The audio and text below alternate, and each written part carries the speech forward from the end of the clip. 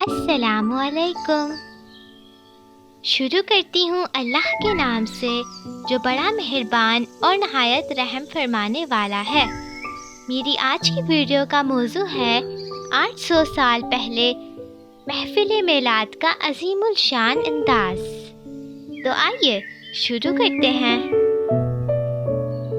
پیارے ویورز، ربیع الاول کی 12 تاریخ کو مسلمان اللہ پاک کے آخری نبی حضرت محمد مصطفیٰ صلی اللہ علیہ وآلہ وسلم کا یوم ولادت مختلف انداز سے بڑے جوش و خروش کے ساتھ مناتے ہیں۔ کوئی مکہ مکرمہ میں حضور اکرم صلی اللہ علیہ وآلہ وسلم کی ولادت گاہ کے پاس جا کر میلاد مناتا ہے، تو کوئی روضہ رسول پر حاضری دے کر یا گنبد خضرا کے سائے میں میلاد مناتا ہے۔ کوئی مولود شریف نبی کریم صلی اللہ علیہ وآلہ وسلم کی ولادت کے واقعات، سیرت، معجزات و کمالات پڑھ کر میلاد مناتا ہے، تو کوئی نعت رسول پڑھ کر خوشی کا اظہار کرتا ہے۔ کوئی گلی محلوں اور گھروں کو سجا کر میلاد مناتا ہے، تو کوئی صدقہ و خیرات ناز نظر کر کے میلاد مناتا ہے۔ غرض نیکی اور خوشی کا ہر وہ طریقہ جو شریعت اسلام میں منع نہیں ہے، اس کے ذریعے میلاد کی خوشی منائی جا سکتی ہے۔ آئیے میں آپ کو 7ویں صدی ہجری کے ایک عاشق رسول بادشاہ کا عید میلاد النبی صلی اللہ علیہ وآلہ وسلم منانے کا نرالا انداز سناتی ہوں۔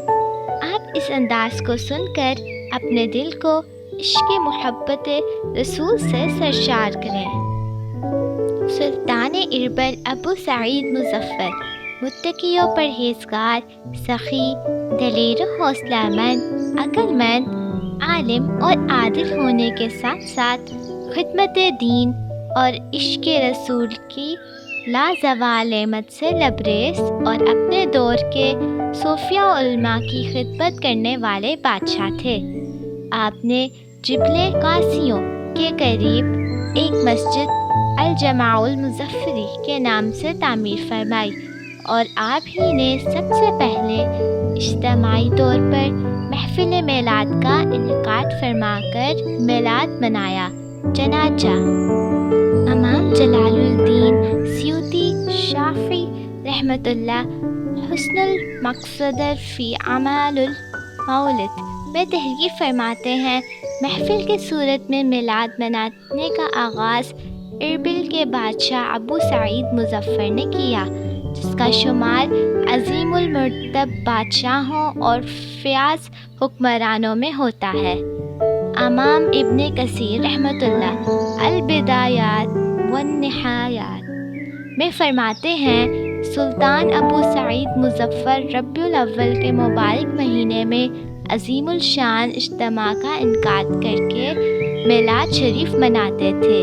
شیخ عبدالخطاب عمر بن دہیہ رحمۃ اللہ نے میلاد النبی صلی اللہ علیہ وآلہ وسلم کے بارے میں التنویر فی مولد بشیر و نذیر کے نام سے ایک کتاب لکھی۔ بادشاہ ابو سعید مظفر نے شیخ کو اس تصنیف پر 1000 دینار بطور انعام دیے۔ مزید فرماتے ہیں کہ بادشاہ مظفر ہر سال محفل میلاد النبی صلی اللہ علیہ وآلہ وسلم پر 3 لاکھ دینار خرچ کیا کرتے تھے، اور مہمان خانے کے مہمانوں پر 1 لاکھ دینار خرچ فرماتے تھے۔ نامور مورخ امام شمس الدین احمد بن محمد المعروف ابن خلقان رحمۃ اللہ بادشاہ اربل مظفر الدین کی سخاوت، صدقہ و خیرات اور اچھے کاموں کو بیان کرنے کے بعد فرماتے ہیں، ان کی محفل میلاد کا بیان احاطہ سے باہر ہے۔ ہر سال محفل میلاد میں اربل کے قریبی شہروں مثلاً بغداد، موصل، سنجار اور جزیرہ وغیرہ سے کثیر لوگ اس میں شرکت کرتے، جن میں فقہا، صوفیہ، واعظین، قراء اور شعراء بھی شامل ہوتے، اور ان کی آمد کا سلسلہ ماہ محرم سے ماہ ربیع الاول کے شروع تک جاری رہتا۔ 20 یا اس سے زیادہ لکڑی کے کبے بنائے جاتے، ہر کبہ 4 یا 5 درجے پر مشتمل ہوتا۔ میلاد النبی کی رات قلعے میں شمع روشن کرواتے۔ میلاد النبی کی صبح صوفیہ، فقہا، واعظین، قراء اور شعراء کو عمدہ لباس تحفے میں دیتے اور عوام و خاص، فقراء، غربا، مساکین سب کے لیے کثیر مقدار میں بہترین مختلف اقسام کے کھانوں کا انتظام فرماتے تھے۔ امام شمس الدین یوسف المعروف سبطی ابن جزوی رحمۃ اللہ فرماتے ہیں، میلاد النبی صلی اللہ علیہ وآلہ وسلم کے موقع پر اربل بادشاہ مظفر کے دسترخواں پر حاضر ہونے والے ایک شخص کا بیان ہے کہ دسترخواں پر 5000 بھنے ہوئے بکرے، 10,000 مرغیاں، 1,00,000 دودھ سے بھرے مٹی کے برتن اور 30,000 حلوے کے تھال ہوتے تھے۔ محفل میلاد میں بادشاہ اربل کے اخراجات کا اگر پاکستانی کرنسی کے مطابق حساب لگائیں تو یہ رقم کروڑوں بلکہ اربوں روپے تک جا پہنچتی ہے۔ پہلے کے دور میں 1 دینار کم و بیش 1/4 تولہ سونے کے برابر ہوتا تھا۔ یوں 3 لاکھ دینار 75,000 تولہ سونے کے برابر ہوئے۔ قرائن کرام، شاہ اربل کا میلاد النبی منانے کا یہ واقعہ کثیر علماء و محدثین اعظام نے اپنی کتابوں میں نقل کیا ہے اور اس کی تعریف بھی کی ہے۔ چنانچہ امام ابن کثیر، ابن خلقان، سبط ابن جزوی اور امام سیوطی کے ساتھ ساتھ امام شمس الدین محمد بن احمد ذہنی نے تاریخ الاسلام، محمد بن یوسف نے، علامہ محمد الہی بن احمد المعروف نے، علامہ رزقانی نے، علامہ ابو ذر احمد بن ابراہیم نے، علامہ جمال الدین محمد بن سالم نے اس ایمان افروز واقعے کو ذکر کیا ہے۔